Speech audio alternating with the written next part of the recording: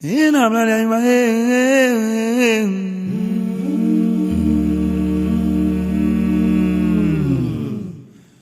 Odea, my manche, mamimba. Ingani, I will allow one boy, one boy. Be multimedia is life here. Oh yeah, Aayalolo Festival. What is your name? Any background na ye. Ikena aje Choko Jamestown, Gamashi, Kausuke Majiebe, Nikapio Mike.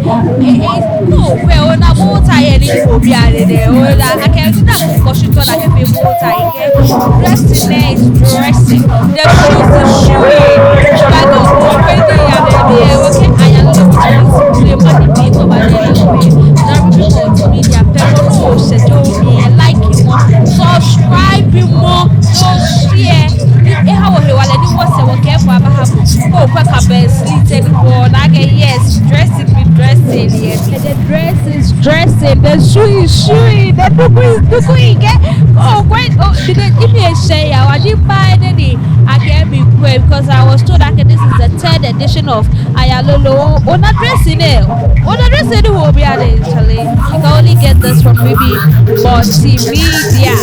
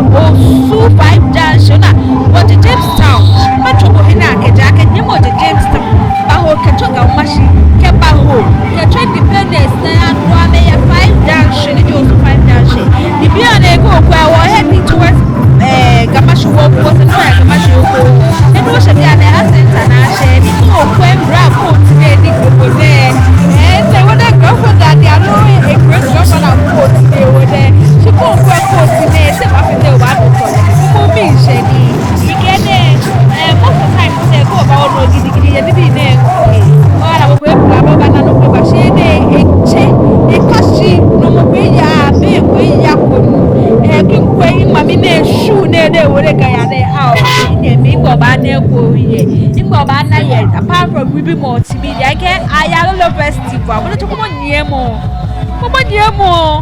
eh ye ba go su wo gbo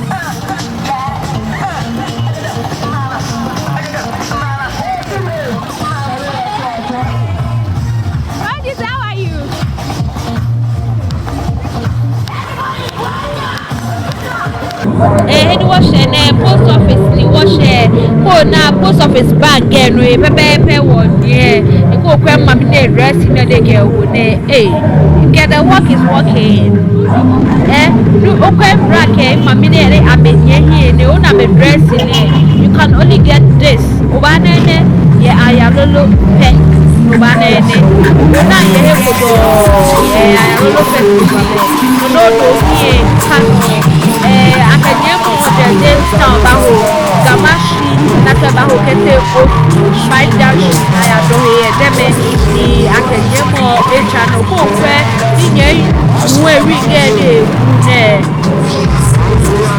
ne ya tawe ko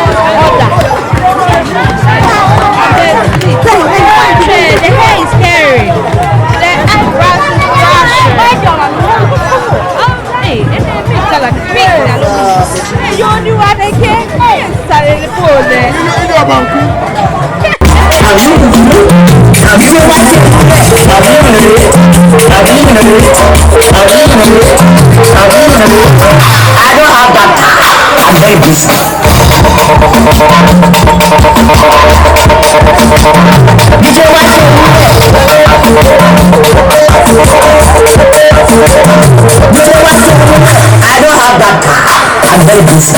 How are you? Fine. Well, I'm busy. I'm going to buy a job. I'm going to do that.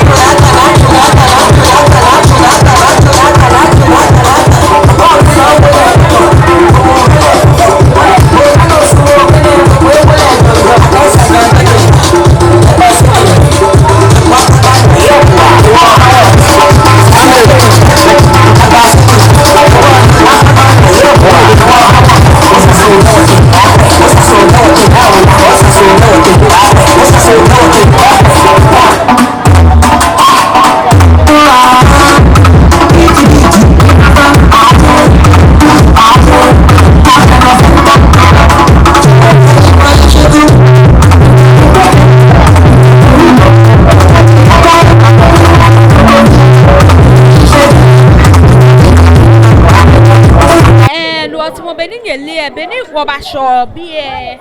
I feel so much slaughter, ye beer. Oh, Naludu. I damn me, we a beer. I worry a beer. Get some more. Take some of the view. Like I know, the Benu Basho beer. Yes.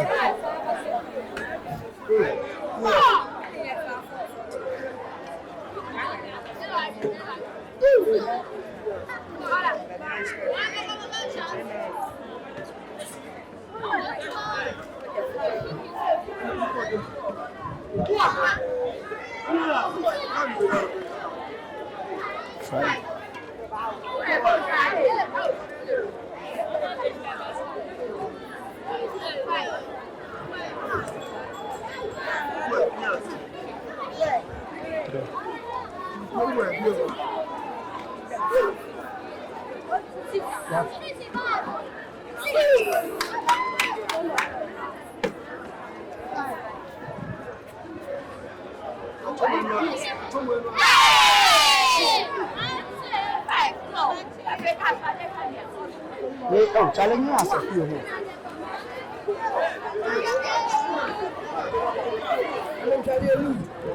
Faccia in film.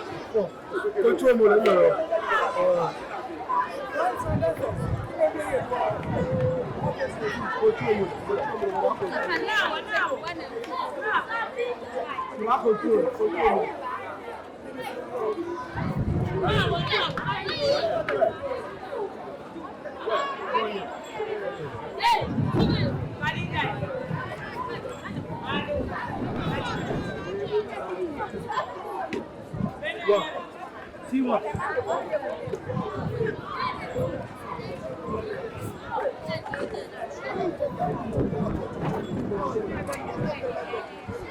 All right.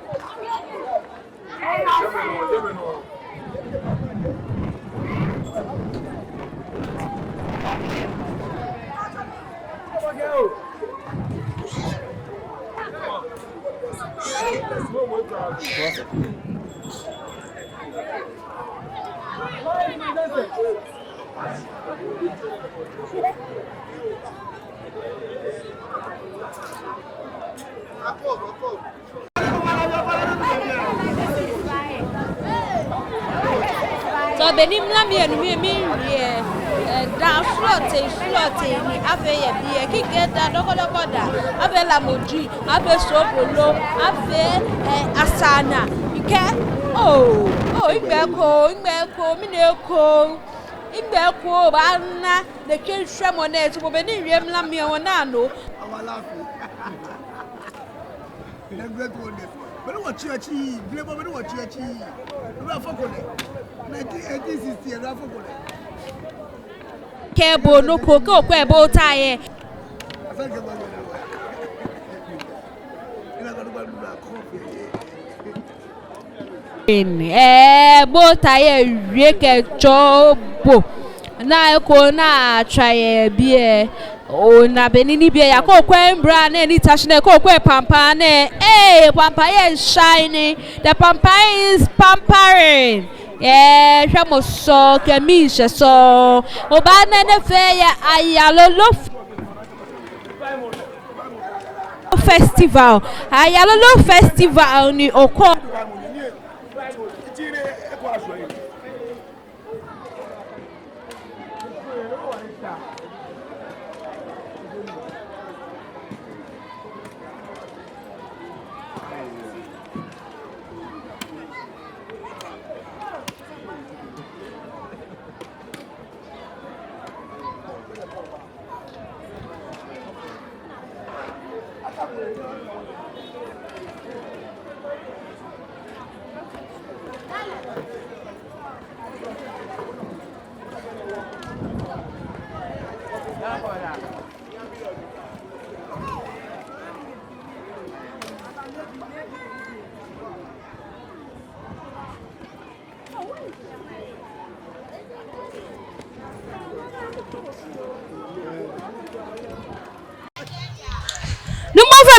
Odo manye Kembaribi TV. Oh, manye juru eje opereje ngodi na yebu anyi. Ova acho mi manye makuni bomu. Oh, ingbeji ni komiete njesa ko chunsh. Mene wona ake loko slotting. Loko ni yo for etenu ye. Enye make gamashi because eho kede Jamestown ba kede chocho ke bahua hu ka agbe osu ne do ehe ne kusi ba mini kra na mini ni yo for ne ke banyo bla nini ti no mene na mi catch on me feel Me ya Indian feel no ke fes mo yue dia shibu e be ni bale wani kala kale no boy India we mo che he feel ali anka sele mi ewa ona nini afi ni bale to mo no ko ni like ke oji okwa independence ingbeji ye ni yo independence ho men maka ke osu ke e ya APC ingbeji na AGFS ga aye osu Yeah. yes no wo ke the last minute 3 years em ke ba wo yen lo eke o bi an esumoni eke ya ife ai shi no ta she wona ke o keke na kan be wo gan fe ba fe show ni gan bi ene no fi anu yo ko ke o ye president no ye MP bi e aju ona no dey fet mo be baba fi o shi no ko na ga da bi no ble masanji e ke ble mani bi ele won ke ble mani bi e ble mani bi abeju wai ni bi na me we wale mi kwe ko gwo no mo faida ni be tafra cho ojo wa be mo koni e ke sun de jo shikana mo koni e bu final gbla mi e na kamo acho le sele sele because no mo ne acho da na ko mo da ye e wi ni mo ko mo because papa le bu fai no e kele gbe no mo fa e wo jo mo ye mi e wale no ko emi ona e lo no ko e tonsh no e gbe mo ko na me mo e gbele no anu wo ko na ke agbede sanu o fe de to wo kan di mami jo wo te wo mini poem mo kwa tole bonte gbe ke fi oko mo de short it e ke o nyeme nyele sanoko nya wo cha ya ko ni won ni ma e ka fi adin o ke ma fe din emi ni ke mi ni sanu wo fe nya wo ya be mani bi ami no do ba na ke mo ko ewo shu agbo mo ko ewo sauce leke o ni e fortune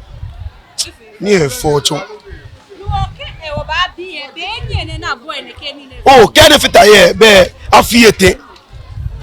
afiete na jeshine ni ile ni majue na pe oh what che nke nkwalo efe won na ke efe na ke no ko fe esa no wi ake efe game ba ka ke obi enye bi le e4 sa no je ono ni ene je t-shirt je nokonoko so bi enye bi le e4 keke ke mo ke e4 ayibu simple and short no ko kan wo ba bi ake e ba cha no ne ke oh ke ake independence baga ga e ko inuji osu ko ake o afi ni ebe wo ba ye set match ye be wo pabo ni ba ke na kan because of na ba ye bi e wo ni fi alo nu ni ole no ko me game ba ka ke me ne eje form ye ne ti agbegbe eti agbela mi be etobo fenini ni akekuse ke ba independence e ko be du ele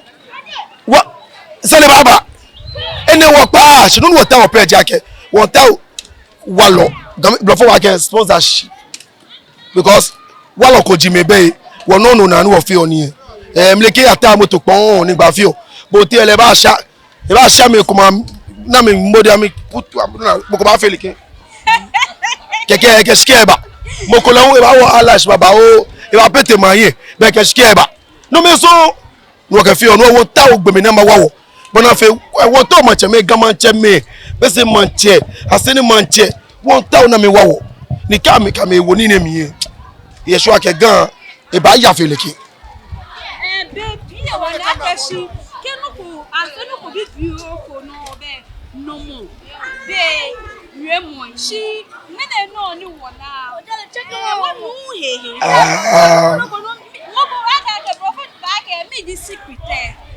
okay secret e ji ake wo blema ime ke ye me am small me sani she na ni wo ke computer world wo ke je wo mo te je go chrome wo ke me pite mene oh yes me fe 60 wo touch no ambulance ba wo na chumuko ka klana clear enyi mo malebu she ni blema sunday no blema ni bi anu blema ka kla chu afena kan bi no tete wo ka kla ya chumuko wo chumuko ka kla ona mi she no ko aya ko mi she na na me na mi she ko ba cha no e ba fe na be questions and any ma bibo wona ke shi family ni what a work ni wo ba no ba she wona wo blame man doko daji wona sana wona pito wona lamuji ni ke ene hu wona ka fe ya calabash mi hu mi ni ju kuku alo na kanu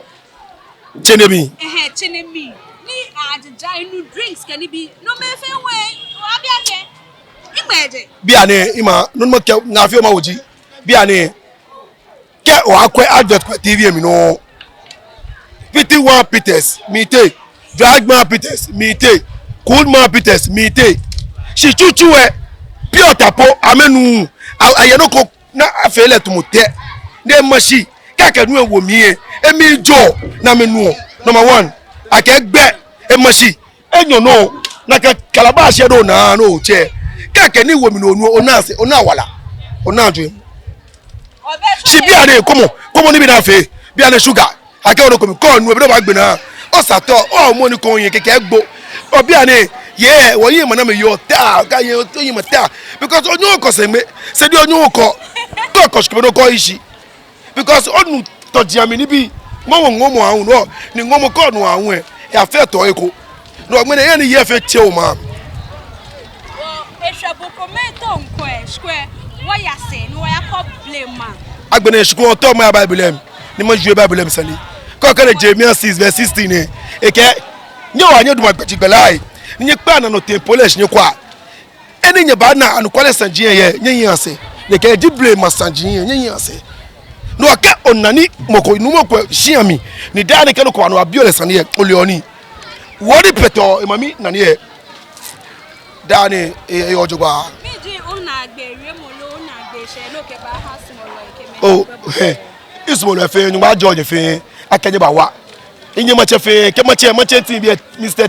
ni tafo agbene party Marisha Bonte Ajia inye mache fe atait me ye bi atait me PHM she ni station le RT Ribi o fa ke Ribi imblo fo fa ka fe na triam ake RTV nyo wonda nyi shwa ke nye kenye ewo esomo ni ne nye ka fe agbene pe nye baba ni woke oko ba shinye keni won fe nya won interview ni wo ba je nye yi every day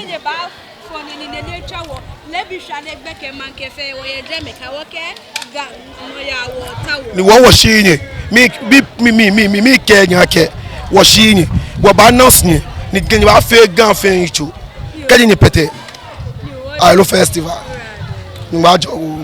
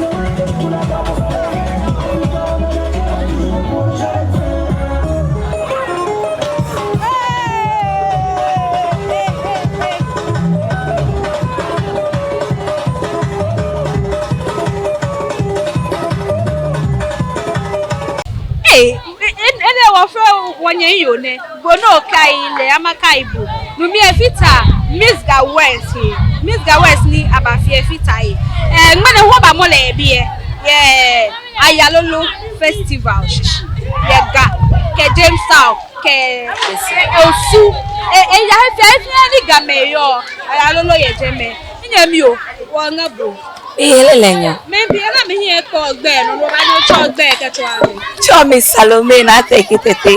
She be no me famous can we say. You use na.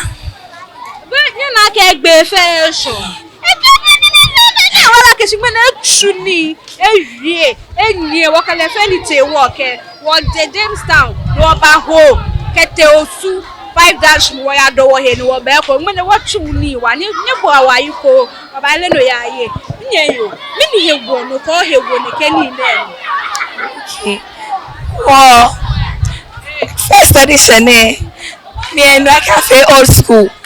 And me kai play my dressing can it be na fair. And then when I go back, become a come po fair na kind dressing like maybe quite way for you may get it back on your kai or blame money be can be what first edition can you me see you more drop on us second edition after first edition sorry Nimba fata team well they are name fata team of Aayalolo any organizer of fata me well second edition get third edition fata team be ahi no abiagashi me edre money boy you to me no ke o han ma fita gbeme na ni wo ke chuneke nu chumo ne okay una ke mo fi amo ari akeshi mo eji eyi una mo ko ni ba ke mo ake mo ngo alo noko wo me itayeko ni team leader denche ni test me akeshi o tawo this my capabilities ke potentials ni yen wo tawo ne ke na fata Aayalolo team bi ayi am interested lo oh why not like you interested omo na enjoy the work well if tawo ke ma join the team then it's good news well he accepts ni obiake what the first edition second edition you edited me malate me no na ke short I say no different the first ke second name okay well first edition what a work pe second edition le work pe second edition one crowd be for first one the third one le work activities for me energy 12-1 wo ba fe was start Saturday na the last one you want any people want fashion show fair exhibition fair clean up ni mene la hon wo fe what they work ke game say ni gbekele won ba fe vintage bar like aba fe bar set up et mo blame many blame ba yo kind of ba fe le what heritage tour and we were third edition a year no make dafe previous one say na bere mo nke ba meji me da mo fi amoni ba kwa wo iseshi ke me no ni me wa wo ke ni fe mo fe me da me fe shi nyu ajo me agbodo me o me nda ye da chenye sha ke shi ya ba kwa wo ise ke nyu ajo nye pi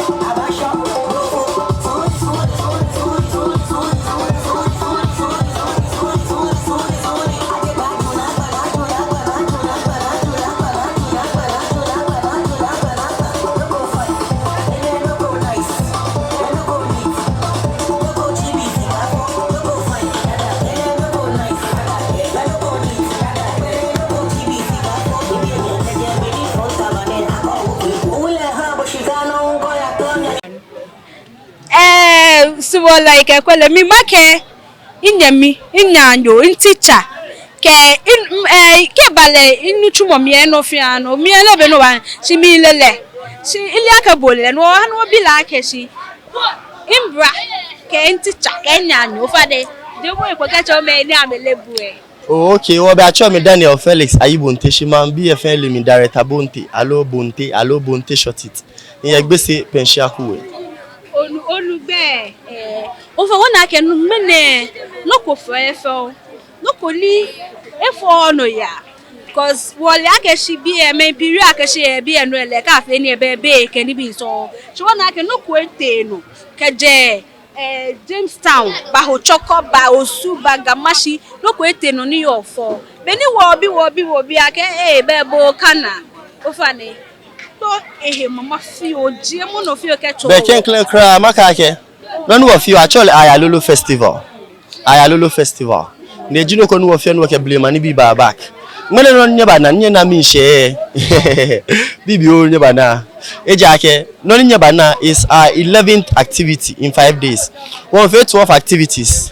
What for 1 2 3 4 5 6 7 8 9 10 11th one nyeba ti no bi ane. What for fashion show? What for opening ceremony? What for cultural display? Ni be babao. What je community clean up exercise. Na je go time because when I came here ba bi enwene. Many baba was mo na make ball aba pe wo je shike clean up exercise. Was ago tajia mi ke ni bi fe. E no je chele mo wo je film ya street na ke blame asini ke ni bi ne. Wo je street na baba bu baba o na akwa. E no je chele mo wo te to wo ke gbe ke bi te to. Wo ke gbe ke bi fe exhibition cultural exhibition gbe ke bi fi art ke na kamaja ni bi e no gbe ke mo so fi fashion show ke ni bi wo fe ni bi short ya nda ni mene wo ke old school health work e ba nyemi shino polenche wo gbe ko na ka obole ba na ke shin wo fi next activity ni vintage indigenous games akotoku machine e wo no a hwe ne ke blema hwe mo ene ne ke ji agbina wo ke vintage ba mu no fi ano na Mene ke ni fe mo neje mini boy chomi ake fe mo ene thank you for that ona ke shin beni mi here ba fa no mi here keji sit match ne ke aya independence square no ni aya match o keja match ta aya ma mi asho e community affair like sit match won wo holiday ni wo yo sometimes e ko ye no be mi she mo ko ni fe mo ha no mo o yin pa o saji no fi o wo ne ke sit match na is the day ni man bi e o ke fa me no ake wo aya asho yin shi keje 2019 ni wo ma here nyelo ni ji na na do dan kwa akufado e ka ke shi independent celebration and abolish ya community to community. Well, because of that, if it was mami ba fi show 2022 level mami ba fi 2020 level mami ba fi show 2021 ke na onye wo yin shini mami afi show na kase no ke no kwa ba. Shini nju emi ami ton ke no kwa ba ni ba ni mami aso level e ke ni kase mo aba. At the same time, blah blah for make a man say be a dream on ke bagani nju ake o. Me wo ba ni wo fe no ko no ke wo blima ni bi abe ko. E ja ke wo enyo wo eten wo school dressing po no ke nye. If you to me feel ma for no wo ba ko ke phone na ke okay be every year ba fi blima ni bi son ni wo ke ba. I think 2022 you were first edition. Wo blima ni bi son ke to health work and the people loved it. E ngo man bi anawa. The next year we will repeat. Because of that someone ni around po I will call for me now. I'm call one Sunday in the month in the year alone. Could I feel blame any be so? I go to school be won't call for me no. Me sometimes school be won't come. I will school work any be. The only name share work and show. Then what I started there is really moving on. Well, this time around they will feel a 5-day activity because there are a lot of things we want to bring on. There were 5 days activity with 12 solid events. We will chill them into 5 days. No, you know what fear? Kebatabi alene. Obo model. She ba bi hanma fi mkene fe na gere mo gbe mi na ke o ya penda o ba bi ake mo pe o he wale ni alo mo ko yese ni chibo to si ake ni bi ni short ni what mi de che ke nwe ba na ngene ake no ko ni fi o no ko onye o ko dey follow afi ni wo te wo jele mi mo ke mo wo no ni yawe ke ji mo ko mabu 1 cedi ke bo ewu no kamo ko wa bo we ke bo ewu no ke na jin wa bo no aye na ndi nyu na aye na nyu aye mo no ke nyu na aye mo no ke gba san ke na kan ma ka ke show me un ye na me wa mi ke clear cry team ni Aayalolo Festival team me amen wa mi I mean why me wa lenche because keji saka ya bi saka fi ne ka me why shika gbe fan ju no fe no gbe fan ju o fe wo me awai je ni ko chon wo chon o fe je ni ko ni wo chon wo chon me ne ken sha picture ke ni bi ko me je shika papa ko ba so wo fe ko wo mo wo fiu agbere ni gan His Royal Majesty Kintaki te ko churu ji gan fe manche lewe ye wo so jugba ke nga wu ke gbe cho mo nye fi aneke ni ka fi aneke ko no fi na yemu na kai no ni gbese ni ja don tin ke gan lewe ye so jugba na kai no nipa ko ko mo ni ye gan machine mi amen shi wo kon no nye mbo moden nye ya hin na kai ye wo fi wo he won ya ke ni bi fe ba yu na kai no agbene Ghana Tourism Authority bi elewe ama me na no wo fi na ma men shi wo kon ke men ko ko me o be no ni make je aka Aayalolo Festival ni eba efe mo be mleo towo shiwe mo ke ile akeshi ye afi kuma se ni ba mo shojugba ni ba ni gan fa aso wo ke ni ka se mo short ewo mi wa de nche je aka nye fashion show ko ni wo fi ye bi ni wo ke chon man bi e boni asai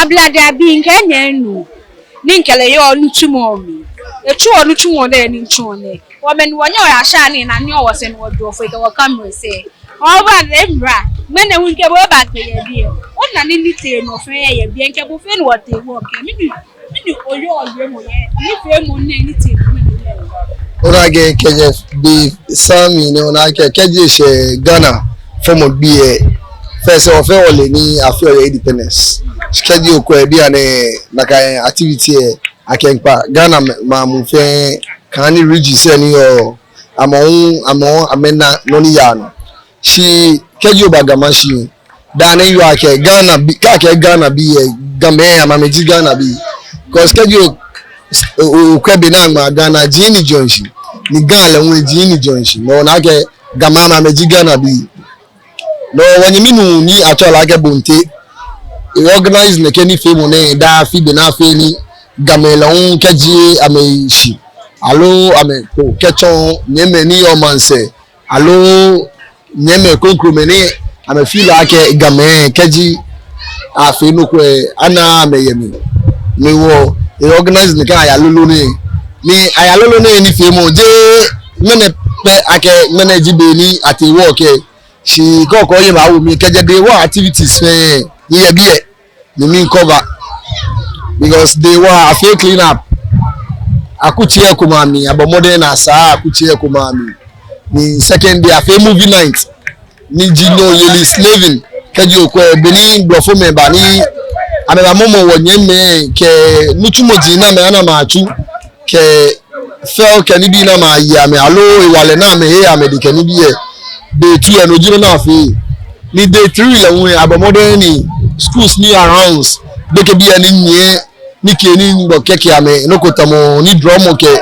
artworks ke ni bi nu ole ona igbere mo o sere mo no yo ke house mo like gabi ife ye mo ni yo ke house lo ke nye me game fe ke me ni me yo man se fe ake ni fe mo ni TV station sort e ba cover ni onye me ni yo gan lehun na no ni ya no because ama me hia na me na no nye me ni o man say na me nko amebo mo na ni I'm a bill only I'm soon. I'm a little I'm not a modern up to see me. I mean, I can blame I'm the mom will continue. I'm not going to get you ask me next year. Because I try not to. You know, if you now, we're going to I'm a favorite big idea that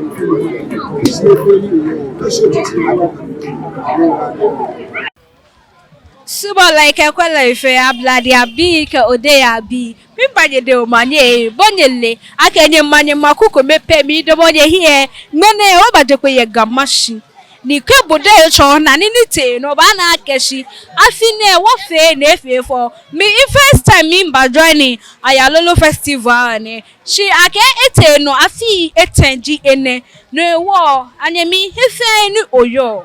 Eko heni oyo shikome pa afiole banu ba fita he ni afe na efe fo to mo be ni wo ko nu pa awie na ewie bibio ko ni oyo ko ke ba support e ba she heko ni gam fo mo bi jibu ni ganyo jibu no ye gama mi ka afe gani bi nye kenye ya wa mi nye supporter ni nye wa ye gbe fe gbe no onna ne poko kan nye ke fita me ye wa mi nye maku ninke ni fe mo ne bahanye yerado